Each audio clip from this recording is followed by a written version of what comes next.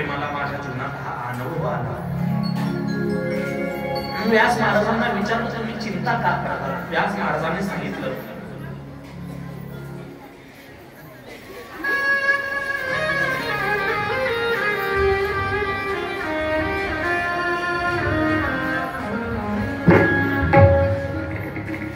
नारद म्हणतात की तुम्ही संतती नाही म्हणून पूर्णपणे बसलेत ना, चिंता करू नका. हे खऱ्या अर्थाने तुम्ही चिंता करू नका.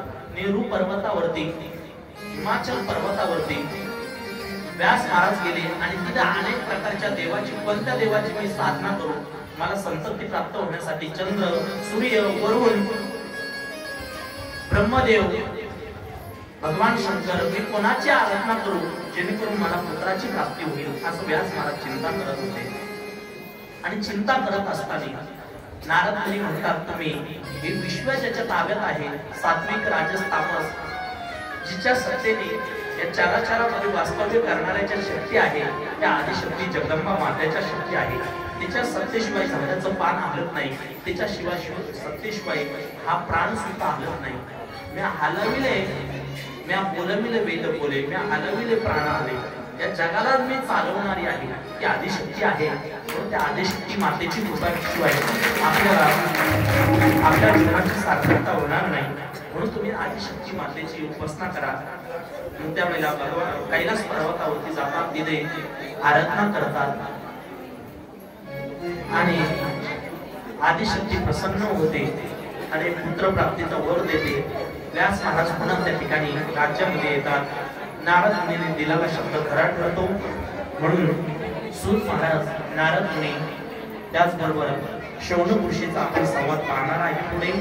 त्याबरोबर नारद मुनी आणि सूत महाराज यांची भेट या कथेच्या माध्यमातून दाखवून श्रीमन्नारायण नारायण हरे हरे नारायण नारायण हरे हरे तेरी लीला सबसे दानिन रे हरे हरे लीला सबसे दानिन रे हरे हरे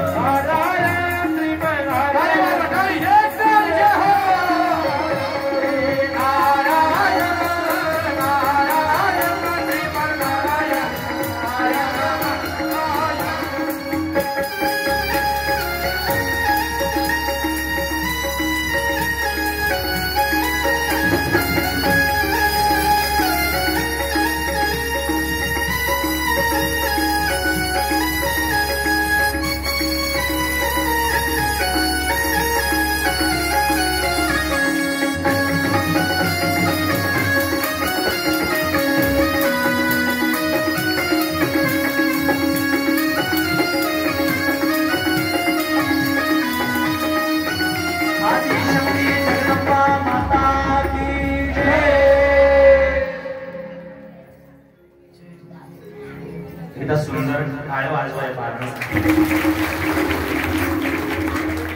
थोडं सोपं नाही आणि अत्यंत महर्षी नारद मुनी आणि सूत महाराजांचं आपल्याला प्रत्यक्ष दर्शन वेशभूषाच्या माध्यमातून होत आहे. त्याचबरोबर पुढे कथा सांगत असताना व्यास महाराजांना आशीर्वाद प्राप्त झाला आणि व्यास महाराजांना आरण्य माता, व्यास महाराजांची जी पत्नी आहे तिचं नाव आहे आरण्य, आरण्य माता, त्यांना गर्भ राहिला. पण व्यास महाराजांची उत्पत्ती कुठून झाली, कोणापासून झाली, व्यास महाराजांचा जन्म कुठून झाला याची कथा या ठिकाणी आलेली आहे. पहा, सर्व अंगाचे कान करून ऐका. व्यास महाराजांचा जन्म कोणाच्या पोटी झाला, व्यास महाराजांच्या आईचं नाव काय आहे, वडिलांचं नाव काय आहे, या पुराणामध्ये वर्णन आलेलं आहे. एक स्वर्गातली आफ्रिका नावाची देवगणा नदीच्या काठावरती येत होती आणि त्याच नदीच्या काठावरती पवित्र असं वातावरण होतं. जपी तपी संन्यासी त्या नदीच्या काठावरती जपी जप करत होते, तपी तप करत होते. काही संन्यासी ध्यानस्थ होते त्या नदीच्या काठावरती. आणि ज्यावेळेला ही आफ्रिका नावाची देवगणा येत होती, स्वर्गातली अप्सरा होती, तिच्या नुपुराचा आवाज, तिच्या अंगाचा सुगंध दिसण्यासाठी अप्रतिम आहे. आणि जपी तपी संन्यासी तिच्याकडे बघून मोहित होत असायचे. जपी तपी संन्यासाचं मन विचलित होत असायचं त्या स्त्रीकडे बघून. काही दिवस निघून गेल्याच्या नंतर जपी तपी संन्यासी एकत्र आले आणि सगळ्यांनी मिळून त्या बाईला सांगितलंय, बघ बाई, तू या नदीच्या काठावरती येत जाऊ नको, इथं येऊ नको, कारण की आमच्या ध्यानासाठी मन लागत नाही, तपासाठी मन लागत नाही, तू इथून निघून जा. त्यावेळेला ती आफ्रिका नावाची देवगणा म्हणते, महाराज, जेवढा तुम्हाला इथे येण्याचा अधिकार आहे, इको कमी करा, तुम्हाला जेवढा इथे येण्याचा अधिकार आहे तेवढाच अधिकार मला सुद्धा आहे इथे येण्याचा, कारण की मी इथून आले नाही, मी स्वर्गातून इथपर्यंत आले. सांगितलं, बाई इथे येऊ नको, आमच्या ध्यानासाठी मन लागत नाही, असं समजून सांगतात सगळे जपी तपी संन्यासी, पण ऐकत नाही. साधूला राग आला. सांगितलं, बाई, एवढं समजून आम्ही सर्व सांगतो तरी ऐकत नाही, आम्ही तुला शाप देतो, एवढंच तुला नदीच्या काठावरती थांबण्याची हौस आहे तर या नदीमध्ये तू मासा होऊन पडशील म्हणून असा शाप देतो. एक तर साधूला राग येत नाही आणि आल्याच्या नंतर हानावर झाल्याशिवाय राहत नाही. एका साधूला राग आला म्हणून 60,000 सदर पुत्र जळून खाक झाले. एका साधूला राग आला म्हणून भगवान परमात्म्याचे 56 कोटी यादव संपले गेले. एका साधूला राग आला म्हणून भगवान परमात्म्याचे जे द्वारपाल होते त्यांना सुद्धा राक्षसाचे जन्म घ्यावा लागले. सांगितलं, बाई, तू या पाण्यामध्ये मासा होऊन पडशील. तिला झालेल्या गोष्टीचा पश्चाताप झाला. सांगितलं, महाराज, मला माफ करा.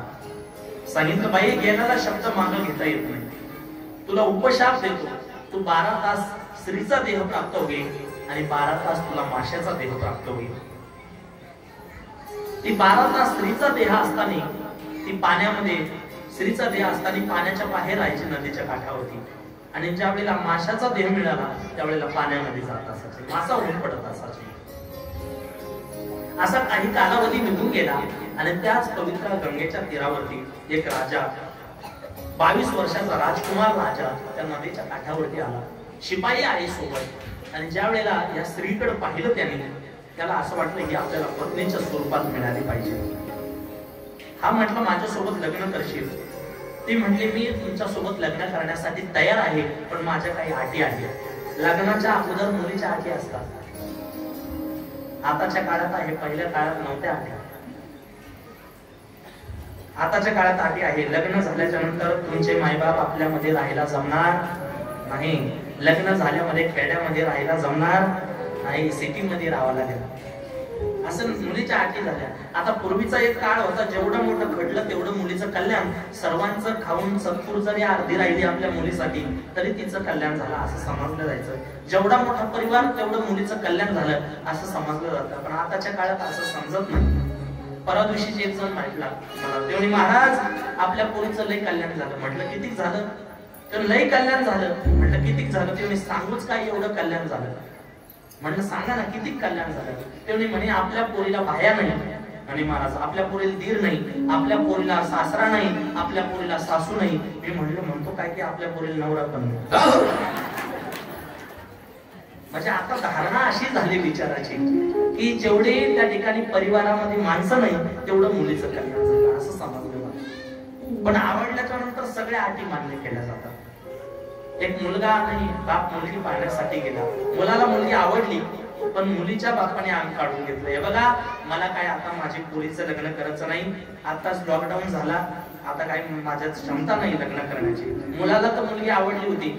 मुलीचा बाप म्हणला, तुम्ही फक्त तुमच्या मुलीला मंडपामध्ये उभा करा, मंडपाचा खर्च, जेवणाचा खर्च, पाहुण्याचा खर्च सगळं मी करू. कारण की आवडल्याच्या नंतर सगळ्या अटी मान्य केल्या जातात. तसं ती म्हटली, माझ्या काही अटी आहे.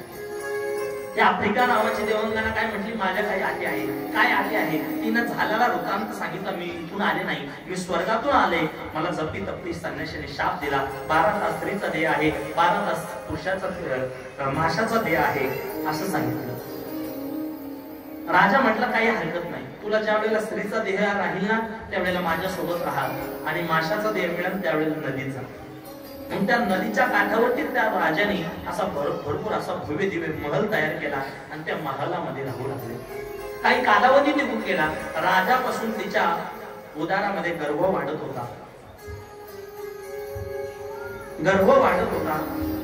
आणि कालावधी निघून गेल्याच्या नंतर ज्या वेळेला स्त्रीचा देह राहत असायचा त्यावेळेला ती महलामध्ये राहत असायची, आणि ज्या वेळेला माशाचा देह मिळायचा त्यावेळेला ती पाण्यामध्ये येत असायची. एका दिवसाचा प्रसंग आहे, ज्या वेळेला ती पाण्यामध्ये माशाचा देह घेऊन त्या नदीमध्ये आली. एक कोळी होता, कोळी त्या ठिकाणी त्या नदीमध्ये त्यांनी जाळं टाकलं, आणि जाळं टाकल्याच्या नंतर योगायोगाने हा मासा त्या जाळ्यामध्ये अटकल्या गेला. घरी आला तो कोळी, मोकळ्या माळाचा होता. गाव पंगत ठरवले, मोठा मासा, आता इतक्या दिवसापासून आपण एवढे मासे पकडतो, पण आतापर्यंत एवढा मोठा मासा आपल्याला सापडला नाही.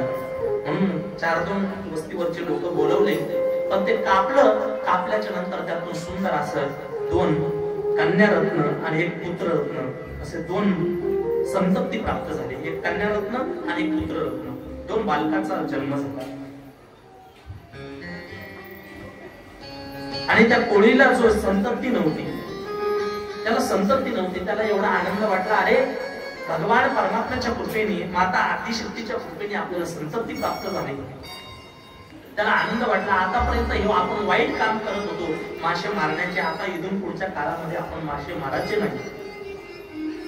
जीवनाची उपजीविका भागाची, पण कशी भागाची? पाण्यावरतीच भागाची. कशी? या तीरावरचे लोक पलीकडच्या तीरावरती अलगत नेऊन सोडायचे नावीने, आणि त्याच्यामध्ये जे काही पैसे राहते ना आपल्याला त्याच्यावरती जीवनाची उपजीविका भागाची, असं त्याने ठरवलं. पण इकडे राजा चिंता करू लागला. राजा नदीच्या काठावरती खिन्नपणे बसलेला आहे, विचार करू लागला. 1 दिवस झाले, 2 दिवस झाले, 3 दिवस झाले. सगळे कोळी मासे पकडणारे माणसं एकत्र जमवले आणि सर्वांना सांगितलं, मला आफ्रिका नावाची देवांगना पत्नीच्या स्वरूपात मिळाली होती. माझ्यापासून तिच्या उदरामध्ये गर्भ वाढत होता. 12 तास स्त्रीचा देह, 12 तास माशाचा देह झाला होता. तर राजाने सांगितलं, सगळे कोळी एकत्र आले आणि त्या नदीमध्ये उतरले, पण हाताला काहीच लागला गेलं, काहीच लागलं नाही हाताला. आणि जो कोळी होता तो मेन तिथं आला नदीच्या काठावरती. राजाला विचारला, असं डोक्याला हात का लावून का बसले? सांगितलं, मला एक आफ्रिका देवाची देवांगना ही पत्नीच्या स्वरूपात मिळाली होती. 12 तास स्त्रीचा देह होता, 12 तास माशाचा देह होता. 4 दिवस झाले, 5 दिवस झाले, अजून येत नाही नदीच्या काठावरून. नदीमध्ये गेले. त्यावेळेला कोळी म्हणतो, आता तुम्ही पाहू नका, ती तुम्हाला सापडणार नाही. का? ती मला सापडली, मी तिला कापलं, आणि कापल्याच्या नंतर मला 2 संतती प्राप्त झाले, 1 कन्यारत्न आणि 1 पुत्ररत्न. राजाला दुःख झालं ही गोष्ट ऐकून, पण राजा म्हणतो, माझ्याची जो संतती होती ती मला माझं माघारी कर. तर हा कोळी म्हणतो, शिकारी सापडलेली वस्तू ही शिकाऱ्याची असते. शिकारी सापडलेली वस्तू ही शिकाऱ्याची असते. एका श्रीमंत माणसाच्या उसामध्ये एका पारदेने सशे पकडले, आणि सशे पकडले 15. तो शेताचा मालक आला, सांगितलं, माझ्या शेतामध्ये 15 सशे सापडले, त्यातले अर्धे का वाहिना मला द्यायला पाहिजे. पारधी म्हटला, देत नाही म्हणे, शिकारीची वस्तू सापडलेली माझी आहे. ऐकत नाही मालक, म्हणून सगळे सशे मोकळे केले, एकही हातात लागलं नाही. म्हणून ही शिकारी सापडलेली वस्तू ही शिकाऱ्याची असते.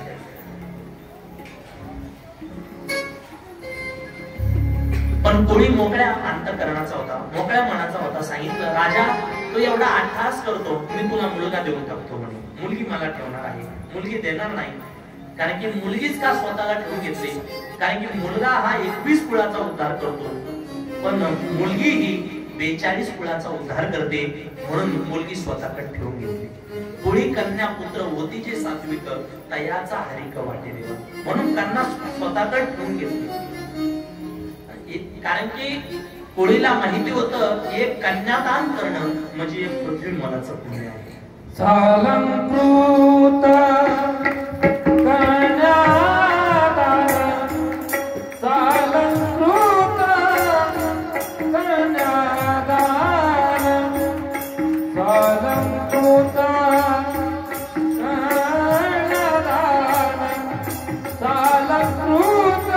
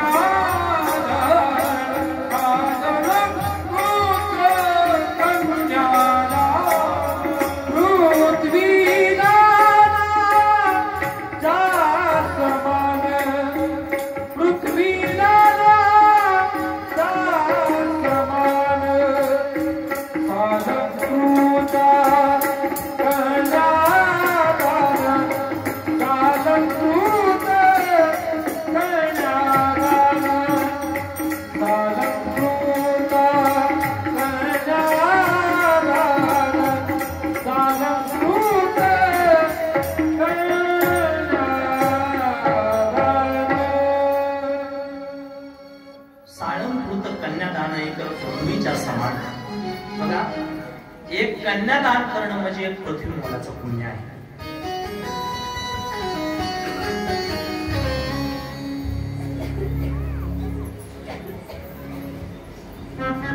भूमिदान देशी ओशी उत्पादू गणकदान क्रांती निर्मळ. ज्याला असं वाटतं मी नेता झालो पाहिजे, राजा झालो पाहिजे, तर त्यांनी भूमिदान दिले पाहिजे. मंदिरासाठी, शाळेसाठी, एखाद्या आश्रमासाठी भूमिदान दिले पाहिजे. ज्याला असं वाटतं मी सरपंच, आमदार, खासदार झालं पाहिजे, तर त्याने आश्रमासाठी भूमिदान केले पाहिजे. भूमिदान देशी ओशी भूपाळू गणकदान क्रांती निर्मळ. म्हणजे ज्याला असं वाटतं पुढच्या जन्मामध्ये माझा गोरापान झळझळीत रंग झाला पाहिजे, मग त्याने सोनं दान केलं पाहिजे. किती दान केलं पाहिजे? कमीत कमी 1 तोळा तरी केलं पाहिजे. कोणाला केलं पाहिजे? अजून 7 दिवस माझा मुक्काम इथंच आहे, विचार करून हे काय म्हणत नाही मलाच द्या म्हणून, पण साळंकृत कन्या एकत्र विचार कनकदाने क्रांती निर्मळ.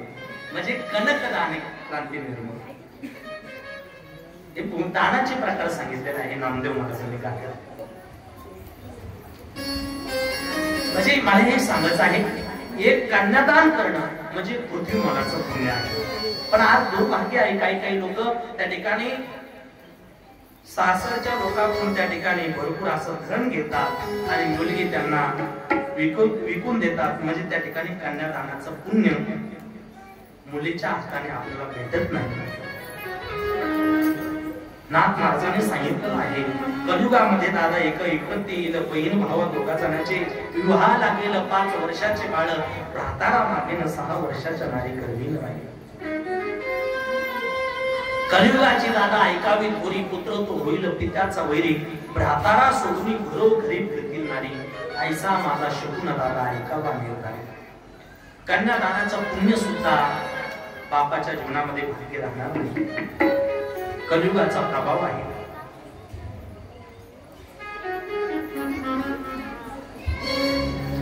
त्यावेळेला मला हे सांगायचं आहे, कन्या जी आहे ती कोळीने स्वतःकडे ठेवली आणि मुलगा राजाला देऊन टाकला.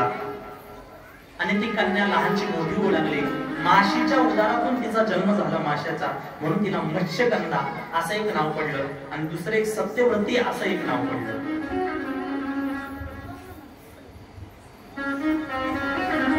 आणि एक दिवस ती लहानच मोठी झाली आणि मोठी झाल्याच्या नंतर बापाचा डबा घेऊन, ते भाकरी घेऊन त्या ठिकाणी नदीच्या काठावरती आली.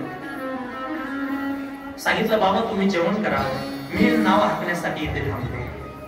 आणि हा कोळी नेमकी जेवणासाठी बसला, भाकरी सोडली, पहिला घास मुखामध्ये घातला आणि त्याच वेळेला त्या नदीच्या काठावरती दिव्य तेज पुंज शरीर असा तेजस्वी संन्यासी त्या ठिकाणी आला. त्या संन्यासाचं नाव आहे पाराशर ऋषी. पाराशर ऋषी त्या ठिकाणी आले आणि सत्यवती नाव हाकण्यासाठी नावेमध्ये बसले, नाक हाकू लागले आणि हिच्या अंगाचा स्पर्श पाराशर ऋषीला झाला. ग्रीष्मंत किती घट्ट लोणी असू द्या, विस्ताराच्या पुढे गेल्याच्या नंतर त्याचा वितरण स्वभाव आहे. एकांत स्त्री आणि पुरुष आल्याच्या नंतर काम उत्पन्न होणं हा देखील निसर्गाचा स्वभाव आहे. त्याच वेळेला पाराशर ऋषीला कामाची उत्पत्ती झाली. मज कामाचे निघाले ब्रह्म कन्येशी धरू पाहिजे. पाराशर ऋषीला कामाची उत्पत्ती झाली. सांगितलं महाराज दिवसा संग करण शास्त्रामध्ये दोष आहे. त्याच वेळेला पाराशर ऋषी 60,000 वर्षाची तपश्चर्या होती. पाराशर ऋषीने त्याच वेळेला दिवसाची रात्र तयार केली. सांगितलं पाण्यामध्ये संग करणं पवित्र, गंगेमध्ये देखील दोष आहे. त्याच वेळेला तपाच्या बळावरती तपाचे सामर्थ्य तपिनं नामूप. त्या ठिकाणी तपाच्या बळावरती 60 फूट उंच अशी नाव उचलल्या गेली आणि तिच्या सोबत संग केला सत्यवती सोबत. आणि त्या संघापासून जो मुलगा तयार झाला, त्यांच्या पोटी जो मुलगा जन्माला आला त्याचं नाव आहे व्यास महाराज. व्यास उच्चिष्ट जगत्रये. व्यासाने जगामध्ये जे काही भागवत महापुराण असेल, देवी भागवत महापुराण असेल, शिव महापुराण असेल, ब्रह्मपुराण, स्कंद पुराण, जे काही जगामध्ये जे काही ग्रंथ संपदा आहे ती सगळं व्यासांच्या मुखातून आलेली आहे. म्हणून आपण गुरुपौर्णिमा साजरी करतो. गुरुपौर्णिमा साजरी करतो.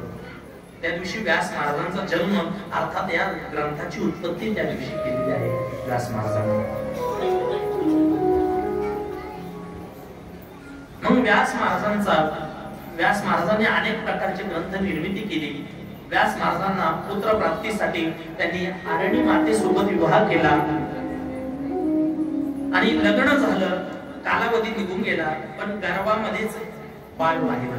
1 वर्ष नाही, 2 वर्ष नाही, 3 वर्ष नाही, 9 महिने 9 दिवस नाही, 12 वर्षापर्यंत आईच्या उदरामध्येच. ब्राह्मणाचे पोरे खेळाशी मिळाले, ब्राह्मणाचे पोरे खेळाशी मिळाले. 12 वर्ष लपाले, 12 वर्ष लपाले.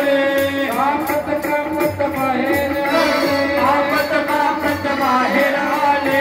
नागवती पळून गेले रे, नागवती पळून गेले रे, नागवती पळून गेले रे, नागवती पळून गेले रे. ऐक खेळिया तुझं सांगते, दारुण खेळ खेळी रे.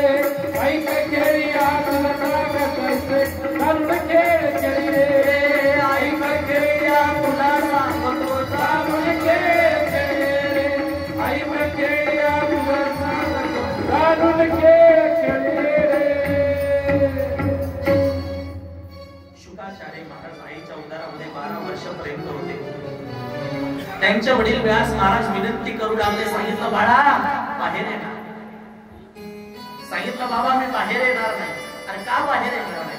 सांगितलं बाबा मला या आसक्तीमध्ये, माया जाळामध्ये, या उपाधीमध्ये मला जीवन जगायचं नाही.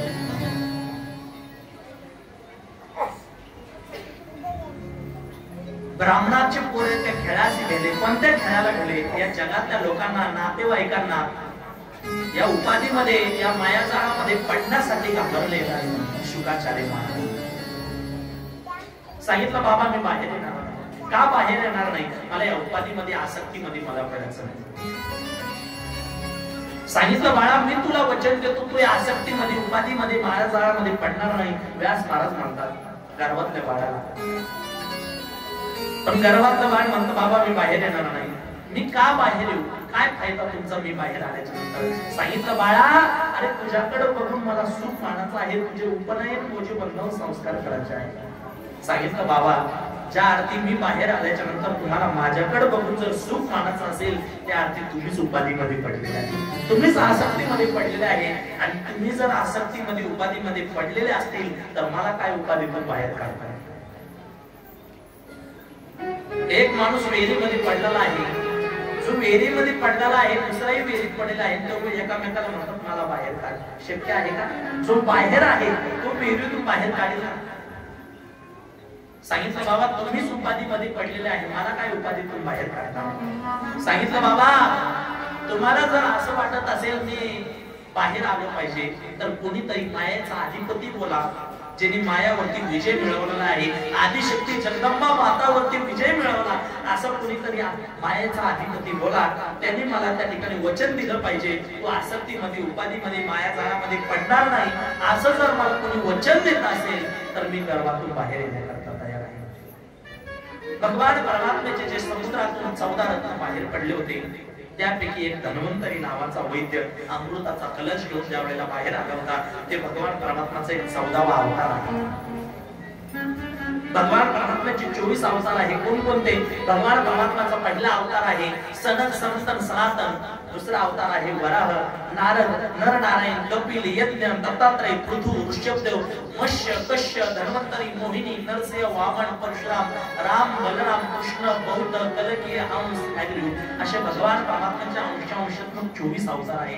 त्यापैकी एक धन्वंतरी नावाचा अवतार. हा धन्वंतरी नावाचा वैद्य तिच्या जवळ आला आणि त्या गर्भातल्या बाळावरती जल शिंपडलं आणि ते गर्भातलं बाळ बोलू लागलं. भगवान परमात्मा त्याच्या सोबत बोलू लागला. सांगितलं बाळा मी तुला वचन देतो, मी मायाचा अधिपती आहे, मी तुला वचन देतो तू उपाधीमध्ये आसक्तीमध्ये पडणार नाही, बाहेर ये. त्यावेळेला 12 वर्ष असणारे शुकाचार्य महाराज आईच्या उदरात ते बाहेर येऊन पण कापत कापत बाहेर आले. बाहेर आल्याबरोबर त्या ठिकाणी आई वडिलाला गुरुजीला भगवंताला वंदन केलं आणि ते शुकाचार्य महाराज वनाच्या दिशेने पळू लागले. शुकदेव असं नाव काय पडलं माहिती का? ए शुका धाम असं म्हणू लागले. शुकदेव असं नाव का पडलं? कारण की मोंज बंधन लौकिक वैदिक कर्म झालेच नव्हते. शुकाचार्य महाराज नामकरण विधी सुद्धा झालं नव्हते. तसंच गर्भातून बाहेर आले आणि वंदन केलं आई वडिलांना वनाच्या दिशेने पळू लागले. त्यांचं शुकदेव असं नाव का पडलं? त्याचं कारण असं आहे पूर्वीच्या काळामध्ये एखाद्याचं नाव माहित नसलं. समजा आपण सायकल चालवत आहे, सायकल चालत असताना सायकलीला जर घंटी नसली आणि पुढे एखादा माणूस आडा येणार आहे, त्याचं नाव जर माहिती नसलं तर आपण काय करायचो? शुक शुक शुक शुक शुक असं करता करता शुकदेव त्यांचं असं नाव पडलं. ए शुका धाम, ए शुका धाम, ए शुका धाम असं हाक मारू लागले. पण सर्वभूत असणारे शुकाचार्य महाराजांच्या वतीने झाडाने चोळ दिलं. ओ व्यास महाराज जातोय तुमचा मुलगा जगाच्या कल्याणासाठी, जाऊ द्या, आमच्याकडे पहा बरं. झाड काय म्हटले? आमच्याकडे पहा बरं. यम प्रवर्जनतम नोपेतमपेत कृत्यम द्वैपायनो विरह कातरा जुहाव पुत्रे तन्मये तया तरो विनीतु स्तम सर्वभूत हृदय मुनी मानवोस्मी. स्तम सर्वभूत म्हणजे सर्वभूत असणारे शुकाचार्य महाराजांनी झाडाने सांगितलं ओ व्यास महाराज जाऊ द्या, आमच्याकडे पहा. झाडाकडे काय आहे बघण्यासारखं? आतापर्यंत सीताफळाचं झाड असेल, आंब्याचं झाड असेल, ते म्हटलं का आमचे फळ आहे आम्हाला राहू द्या. आपला स्वतःचा विचार न करता सर्व जगाच्या कल्याणासाठी जाऊ द्या. तसं तुमचा फळ म्हणजे तुमचा मुलगा आहे, जातोय जगाच्या कल्याणासाठी, जाऊ द्या, आमच्याकडे पहा. पण व्यास महाराज इथंही थांबले नाही बरं का. पुत्र मोहित झालेले व्यास महाराज मुलामागं पळू लागले. आणि पुढे काय झालं? काही सरोवरामध्ये काही स्त्रिया नग्न अवस्थेमध्ये स्नान करत होत्या आणि स्नान करत असताना त्याच वेळेला शुकाचार्य महाराजांकडे पाहिलं. त्यांनी सुविधाश्य केलं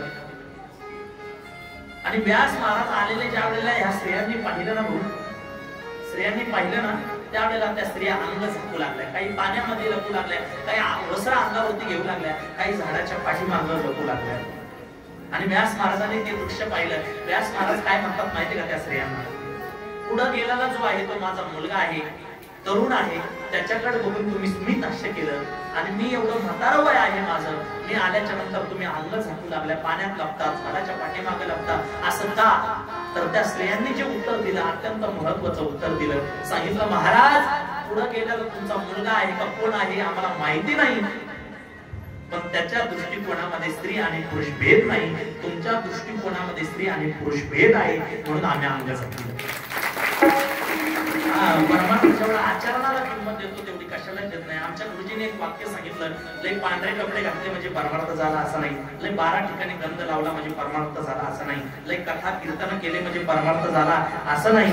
परमार्थ नेमकी काय? एक घनदाट जंगल आहे, धो असा पाऊस पडत आहे, त्या पडत्या पावसामध्ये रात्री 2 वाजता 20 वर्षाची नवयुवती तरुण मुलगी दिसली, तिच्याकडे बघून जर माय म्हणून माय पडता आलं, परमार्थाचा पहिला टप्पा तुम्ही पार केला.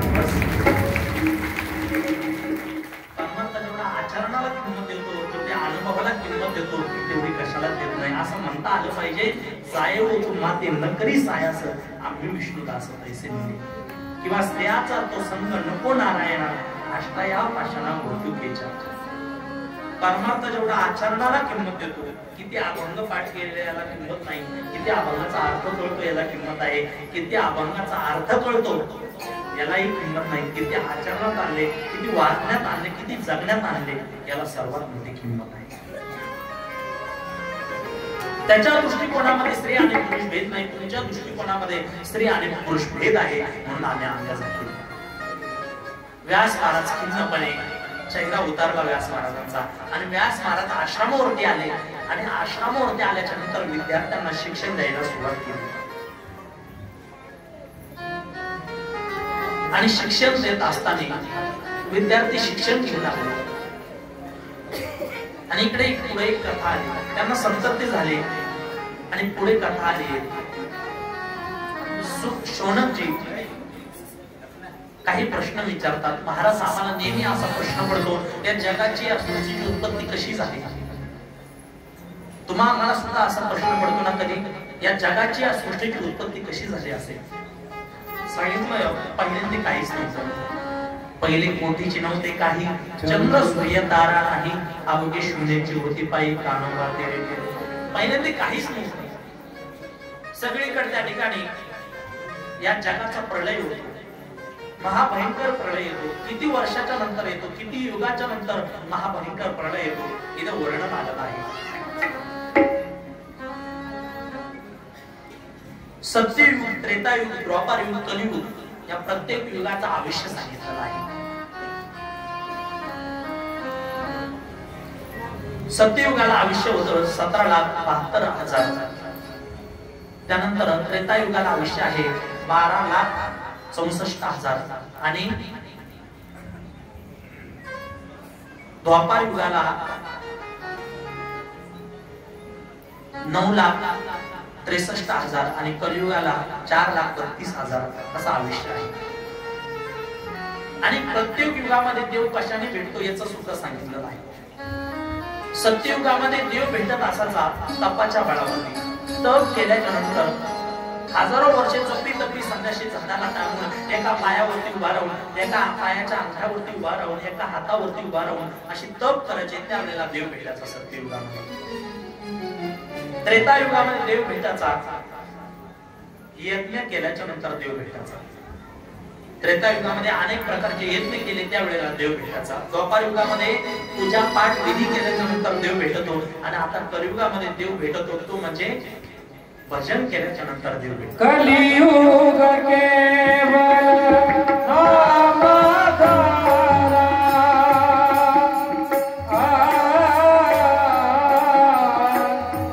सुमिर सुमिर नर उतरये पारा. राम सिया राम जय जय राम. राम सिया राम जय जय राम. कलियुग केवल नाम आधारा. सुमिर सुमिर नर उतरे पारा. मंगल भावना मंगलहारी. नव विष्णु दशरथ राज राजा. हो नव विष्णु दशरथ आदर बिहारी. कलियुग केवल नाम आधारा. सुमीर सुमीर नर उतरणा पारा. कलियुगामध्ये देवाची जर कृपा व्हायची असेल, आदिशक्तीची जर कृपा व्हायची असेल, इथे एक श्लोक आलेला आहे,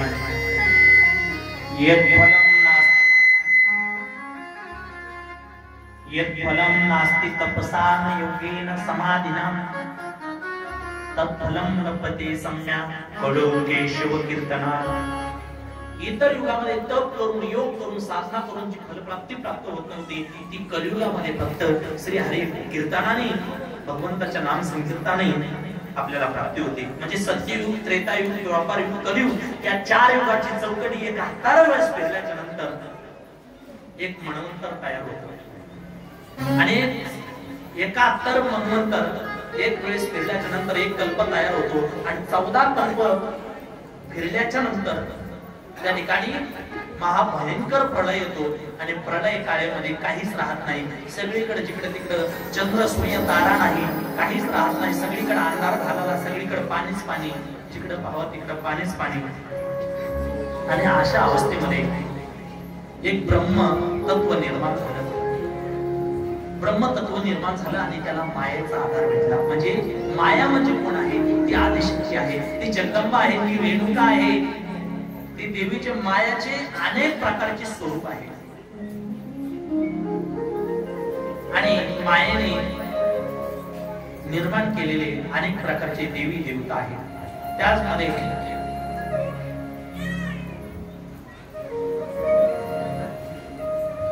श्री हरी विष्णू परमात्म्याला निर्माण केलं आणि श्री हरी विष्णू परमात्म्याच्या नाभी कमळातून एक कमळ उगलं, त्यातून ब्रह्मदेवाचा जन्म झाला आणि त्यांना कळत नव्हता आपला जन्म कशासाठी झाला। त्यांच्या कानावरती व्यंजनातलं 16वं आणि 21व्या क्रमांकाचं अक्षर त्यांच्या कानावरती पडलं। व्यंजनातलं 16वं अक्षर आहे त आणि 21व्या क्रमांकाचं अक्षर आहे प। कोणीतरी म्हणतं आपल्याला तप कर, तप कर, तप कर। मग ब्रह्मदेवाने तप करण्यासाठी सुरुवात केली। तप कशाला म्हणतात? स्वरूपाची पसरा लागे प्राण इंद्रिय शरीरा आटन करणे ती विरा तेची तप। त्या ठिकाणी शरीर शिजवा लागतं, आटवा लागतं, त्याला तप म्हणतात। ब्रह्मदेवाने तप केलं, त्यांच्या कानावरती तप केल्याच्या नंतर त्या ठिकाणी चतुर्श्लोकी भागवताचा उपदेश केलेला आहे त्यांच्या कानावरती। अहो मेवासमेवाग्रे ज्ञानेते सत्सत्परम पश्चादहं वेदतस्य एव शिष्यस्मि स्वस्म्यहम् ऋतेर्थे प्रतीयेत न प्रतीयेच्चात्मनि तद्विद्यादात्मनो माया यथा भासो यथा तमा यथा मान्ति भूतानि भूतेषु चावचेषु प्रविष्टान्य प्रविष्टानि तथा तेषु न तेष्वहम् यथा वदेव जिज्ञासा तत्त्वजिज्ञासुनात्मना आनवव्यतिरेक्ताभ्यं यस्य सर्वत्र सर्वथा।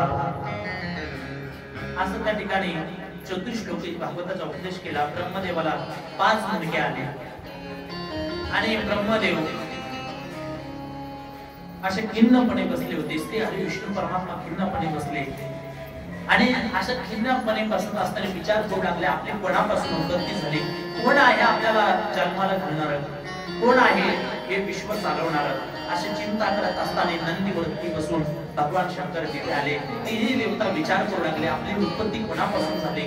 असा विचार करत असताना त्याच वेळेला आदिशक्ती जगदंबा, आदि माया, आदिशक्ती जगदंबा माता त्या ठिकाणी विश्वाल अशा विकराळ आकाळ विराट स्वरूपामध्ये त्या ठिकाणी प्रसन्न झाले आणि तिन्ही देवतांना एका विमानामध्ये बसवलं आणि विमानामध्ये बसवून देवी आदिशक्तीने सगळं ब्रह्मांड फिरवण्याचं ठरवलं।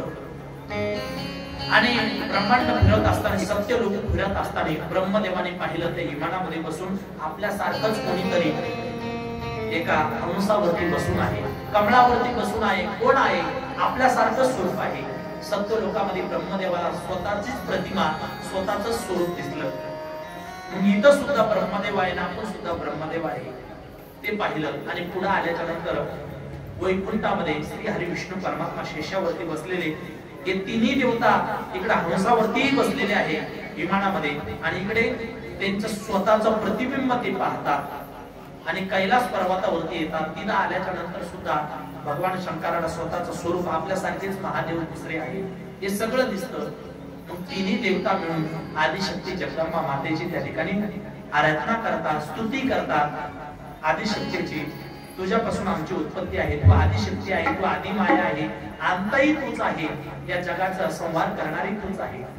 मग या तिन्ही देवता त्या दिव्य आदिशक्तीचं दर्शन घ्यायला जाणार, तर नखामध्ये पाहतात, नखाकडे पाहतात, तर पूर्ण विश्वाचं, पूर्ण ब्रह्मांडाचं दर्शन त्यांना, सगळ्या ब्रह्मांडाचं दर्शन।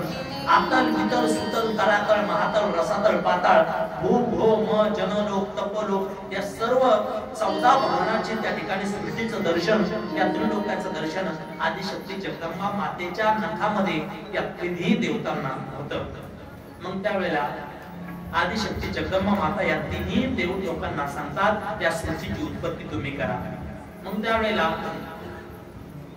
ब्रह्मदेव सांगतात की सृष्टीची उत्पत्ती करण्यासाठी तयार आहे, प्रजेची उत्पत्ती करण्यासाठी तयार आहे, पण या प्रजेची उत्पत्ती करण्यासाठी मला ज्ञानाची आणि बुद्धीची गरज आहे। विष्णुदेवाला सांगितलं तुम्हाला काय पाहिजे? विष्णुदेव म्हटले या जगाचं रक्षण करण्यासाठी, या जगाचं भरण पोषण करण्यासाठी मला धनाची गरज आहे, म्हणजे लक्ष्मीची गरज आहे। मग ब्रह्मदेव झाले, भगवान शंकराला विचारलं तुम्हाला संहार करण्यासाठी काय पाहिजे? मला ताकद पाहिजे होती। मग तिन्ही देवतांना देवी आदिशक्तीने सांगितले माझे 3 रूप तुमच्या जवळ दिले। म्हणजे ब्रह्मदेवाला काय पाहिजे? ज्ञानाची गरज आहे आणि बुद्धीची गरज आहे प्रजेची उत्पत्ती करण्यासाठी। म्हणून देवी भगवतीने आपलंच एक स्वरूप, सरस्वती मातेचं स्वरूप ब्रह्मदेवाला दिलं। म्हणजे सरस्वती माता कोणाला दिली? ब्रह्मदेवाला दिली।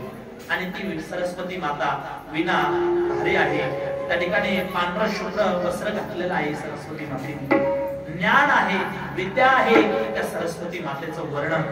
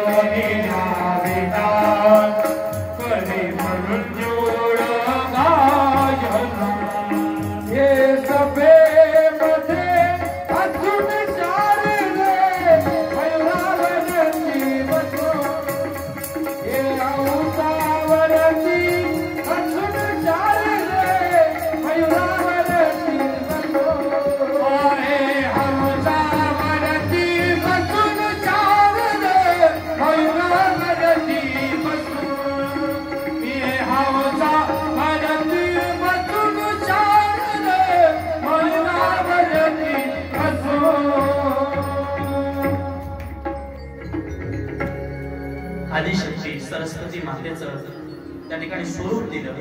हंसावरती बसून शारदा माता वीणा गायन करून ज्ञानाची बुद्धीची गरज आहे, म्हणून सरस्वती माता ब्रह्मदेवाला दिली। आणि नंतर धनाची गरज आहे या जगाचं भरण पोषण करण्यासाठी, म्हणून लक्ष्मीचं स्वरूप श्री हरी विष्णू परमात्म्याकडे दिलं। म्हणजे श्री हरी विष्णू परमात्म्याची सेवा करण्यासाठी कोण आहे? तर लक्ष्मी माता आहे, पाय लक्ष्मीच्या हाती तैसे यावे घालून. आणि भगवान शंकराला ताकदीची गरज आहे म्हणून स्वतः पार्वती रूपाने सती रूपाने भगवान शंकराला दिली आपलं स्वरूप आदिशक्तीने तिच्या भगवान शंकराला दिलेलं आहे. आणि नंतर काही कालावधी निघून गेला आणि कालावधी निघून गेल्याच्या नंतर महाभयंकर प्रलय आला पुन्हा.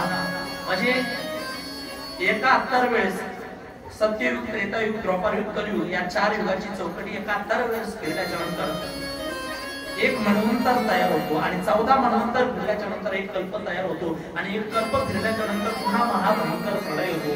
पुन्हा आदिशक्ती या जगाची उत्पत्ती करते आणि श्री हरी विष्णू परमात्म्याला झोप लागली होती शेषावरती बसून. इकडे एक दिवस श्री हरी विष्णू परमात्म्याच्या कानातून कानाच्या माळापासून 2 दैत्याचा जन्म झाला.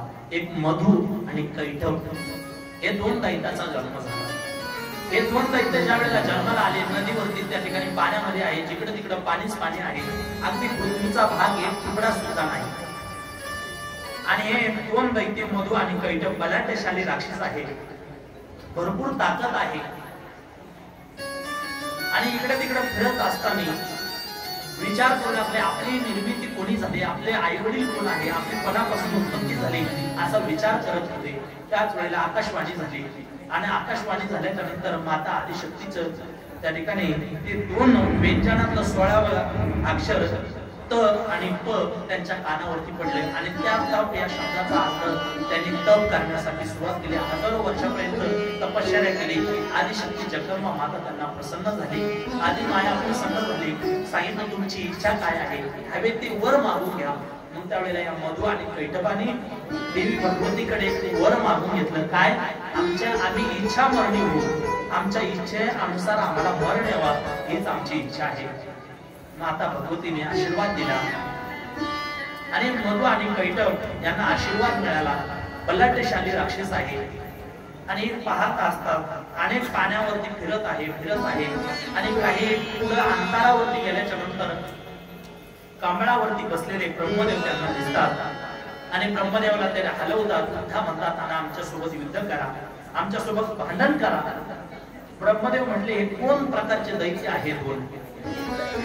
ब्रह्मदेवाने अंतर्दृष्टीने पाहिलं हे श्री हरी विष्णू परमात्म्याच्या कानाच्या मळापासून झालेले तयार 2 राक्षस आहेत. मग यांच्यासोबत युद्ध करण्यासाठी आपल्याकडे पुरेशी शक्ती नाही, काय करावं. ब्रह्मदेव तिथून पळू लागले. इथून पळून जा, हे कमळ मोकळं करा असं म्हणू लागले. ब्रह्मदेव पळत पुढे येतात, श्री हरी विष्णू परमात्म्याकडे येतात. श्री हरी विष्णू परमात्म्याला जागवतात. श्री हरी विष्णू परमात्मा झोपलेले आहेत. श्री अनंता मधुसूदना पद्मनाभा नारायणा जगव्यापका जनार्दना आनंद गणा विनाशिता. भगवान परमात्म्याची विनंती करतात, स्तुती करतात. जय जय जय सुरनायक जनसुखदायक प्रणत पाल भगवंता अशी भगवंताची स्तुती करतात, विनंती करतात, भगवंताला उठवण्याचा प्रयत्न करतात. पण शेवटी ब्रह्मदेवाच्या स्मरणात येत आले श्री हरी विष्णू परमात्मा सुद्धा काही करू शकत नाही. पण श्री हरी विष्णू परमात्मा जवळ हे मधु आणि कैटभ नावाचे 2 राक्षस येतात आणि उठवतात. सांगितलं ब्रह्मदेवाला, म्हणतात तू इथपर्यंत आला का पळण्यासाठी, आम्ही तुला मारणार आहे, तुला जिवंत ठेवणार नाही. हे 2 राक्षस म्हणू लागले. श्री हरी विष्णू परमात्मा उठतात आणि उठल्याच्या नंतर पाहतात तर त्यावेळेला हे 2 राक्षस म्हणतात सापावरती बसून, शेषावरती बसून काय करतो, इथून उठ, आमच्या सोबत युद्ध कर असं म्हणू लागतात. श्री हरी विष्णू परमात्मा विचार करतात, अरे ते कुठून आले, माझ्याच मनापासून उत्पन्न झाले, पण मी यांना मारू कसं. श्री हरी विष्णू परमात्मा युद्ध करण्यासाठी तयार होते आणि त्यांचं युद्ध सुरू होतं.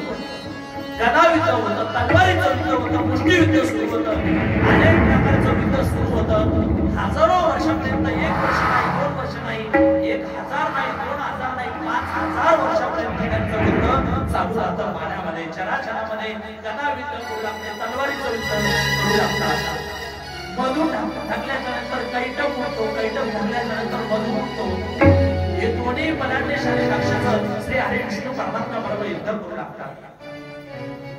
बघा, मधु आणि कैटभ हे दोन राक्षस श्री हरी विष्णू परमात्म्याला आणि ब्रह्मदेवाला त्रास देतात, यात नवल नाही. आपल्याही जीवनामध्ये यांचं वास्तव्य आहे. तुम्ही म्हणता मधु आणि कैटभ यांचं सुद्धा वास्तव्य आपल्या जीवनात कसं आहे? त्याचं कारण असं आहे, मधु म्हणजे कोण? मधु म्हणजे मधासारखा गोड, आणि मधासारखा गोड काय असतं? स्तुती असते, स्तुती स्तुती. आणि कैटभ म्हणजे कारल्यासारखा कडू, म्हणजे निंदा. मधु आणि कैटभ हे आपल्या जीवनात आहे. स्तुती केल्याच्या नंतर आपल्याला आनंद वाटतो, आणि निंदा केल्याच्या नंतर दुःख वाटतं. हे दोन्ही आपल्या जीवनात आहे. नेहमी परमार्थिक माणसाने या दोन राक्षसापासून नेहमी सावधान राहिलं पाहिजे. स्तुती अजून तरुण स्त्री आहे, तिचं लग्न कोणाबरोबर झालं नाही, आणि स्तुतीला कोण आवडतं? सज्जन आवडतं, पण सज्जनाला स्तुती आवडत नाही. स्तुती म्हणजे हा पुढून येणारा दगड, मागून येणारा दगड आहे, आणि निंदा ही पुढून येणारा दगड आहे परमार्थिक माणसाच्या जीवनात. बरं का, माणसाने परमार्थिक माणूस कदाचित पुढून येणारा दगड उगवू शकतो, पण मागून येणारा दगड कधी उगवू शकत नाही. म्हणून माणसाने गोड बोलणाऱ्या व्यक्तीपासून नेहमी सावधान राहिलं पाहिजे. स्तुती करून घेतली नाही पाहिजे माणसाच्या जीवनात. स्तुती अथवा निंदा करावी देवाची, कीर्ती मानवाची करू नये. स्तुती करायची असली तर देवाचीच केली पाहिजे, निंदा करायची असली तरी देवाची केली पाहिजे, माणसाची नाही केली पाहिजे. आणि संतांची निंदाही केली नाही पाहिजे, केली तर स्तुती केली पाहिजे. म्हणतात ना, साधू संतांची निंदा केली, हरिभक्ताची स्तुती नाही केली, तेने वाचा पोंगळ झाले, एका जनार्दनी कृपा लागली. म्हणजे मधु आणि कैटभ हे दोन राक्षस आहेत. श्री हरी विष्णू परमात्म्या बरोबर 5000 वर्षापर्यंत झुंज देतात. श्री हरी विष्णू परमात्मा म्हणतात, अरे किती बलाढ्यशाली राक्षस आहे. श्री हरी विष्णू परमात्मा म्हणतात, ह्याच्या आरती मी एवढं युद्ध करून सुद्धा माझ्या हाती मारला जात नाही. नेमकीच यांच्या पाठीमागे कोणती तरी ईश्वरी चैतन्य असली पाहिजे. मग त्यावेळेला अंतर्धान दृष्टीने आदिशक्तीचं स्मरण करतात. आदिशक्ती माता प्रसन्न होते आणि मनोमन विनंती करतात आदिशक्तीला, हे राक्षस का मरत नाही? तर देवी आदिशक्ती सांगतात, माझं त्यांना वरदान आहे. काय वरदान आहे? की ही इच्छा मरली आहे, त्यांच्या इच्छेनेच ते मरू शकतात. देवी माता भगवती मातेला विनंती करतात श्री हरी विष्णू परमात्मा. त्यावेळेला भगवती माता म्हणतात, माझं मी एक स्वरूप प्रगट करते, आणि मधु आणि कैटभ त्याला स्वरूपाला भाळतील. त्यावेळेला त्यांच्याकडून तू काहीतरी वरदान मागून घे. श्री हरी विष्णू परमात्म्याला असं सांगतात देवी भगवती माता, मी त्यांना विसर पाडते. मग त्याच वेळेला मधु आणि कैटभ हे युद्ध करू लागतात. आणि भगवान श्री हरी विष्णू परमात्मा म्हणतात, 5000 वर्षापर्यंत माझ्यासोबत झुंज दिली. मधु आणि कैटभाला म्हणतात, अरे तुम्ही किती बलाढ्यशाली राक्षस आहे, मी तुमच्यावरती प्रसन्न झालो. विष्णू परमात्मा चतुराईनी म्हणतात, तुम्हाला काहीतरी वर पाहिजे असेल तर मागा. मधु आणि कैटभ म्हणतात, अरे आम्ही श्रेष्ठ आहे, आम्ही मोठा आहे, आणि आम्हाला वर मागायला सांगतात, तुम्हीच काहीतरी वर मागा. मधु आणि कैटभ म्हणतात, त्यावेळेला श्री हरी विष्णू परमात्मा म्हणतात, तुम्हाला जर मला वर द्यायचं असेल तर पाणी हातामध्ये घ्या.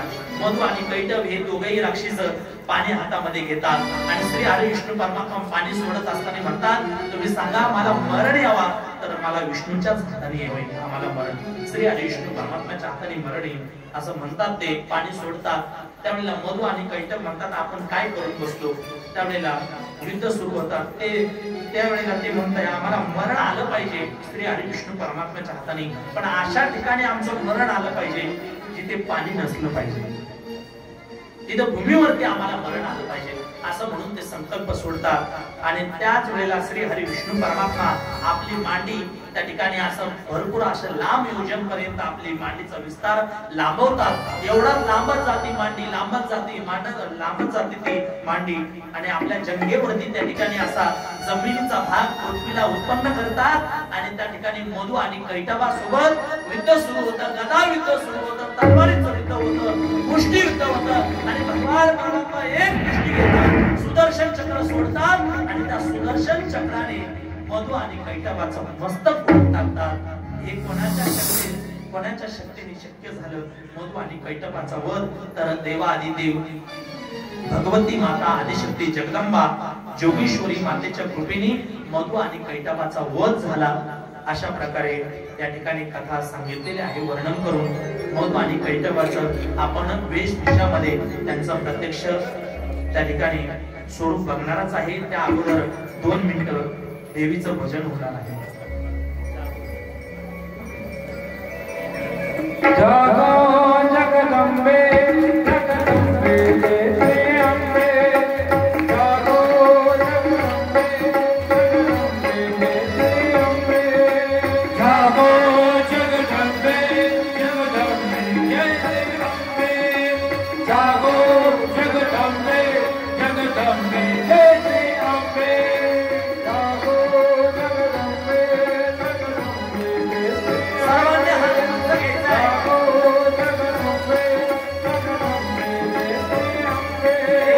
जागो जगदंबे जगदंबे जय श्री अम्बे जागो जगदंबे जगदंबे जय श्री अम्बे श्रीहवाईनी जागो हंसवाहिनी जागो श्रीहवाहिनी जागो हंसवाहिनी जागो श्रीहवाहिनी जागो जागो हंसवाहिनी जागो जागो श्रीहवाहिनी जागो हंसवाहिनी जागो श्रीहवाहिनी जागो जागो हंसवाहिनी जागो श्रीहवाहिनी जागो जागो जागो हंसवाहिनी जागो जागो जगदंबे जगदंबे जय अम्बे जागो जगदंबे जगदंबे जय अम्बे जागो जगदंबे जगदंबे जय श्री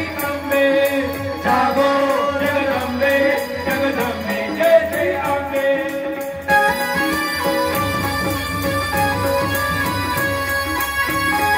हरि बोल ताली ताली ताली हा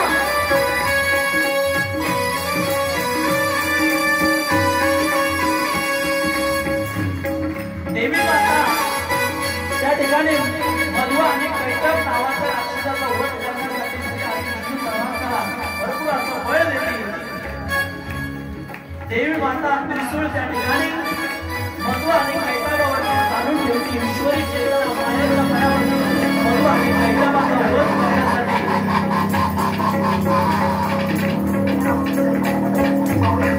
सज्ज होते आदिशक्ती जगदंबा माता।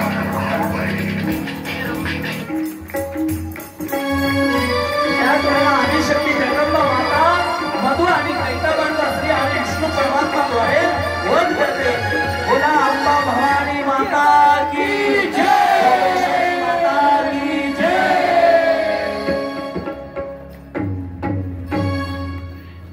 अशा प्रकारे मधु आणि कैटभाचा वध आदिशक्ती जगदंबा मातेच्या कृपा आशीर्वादाने होतो। म्हणून त्या ठिकाणी ब्रह्मदेव श्री हरी विष्णू परमात्मा भगवान शंकर यांचं रक्षण आदिशक्ती जगदंबा माता विक्राळ आकाळ असं स्वरूप घेऊन त्या ठिकाणी सर्वांचं रक्षण करते। अशा प्रकारे आजची कथा इथंच पूर्ण विराम देतो।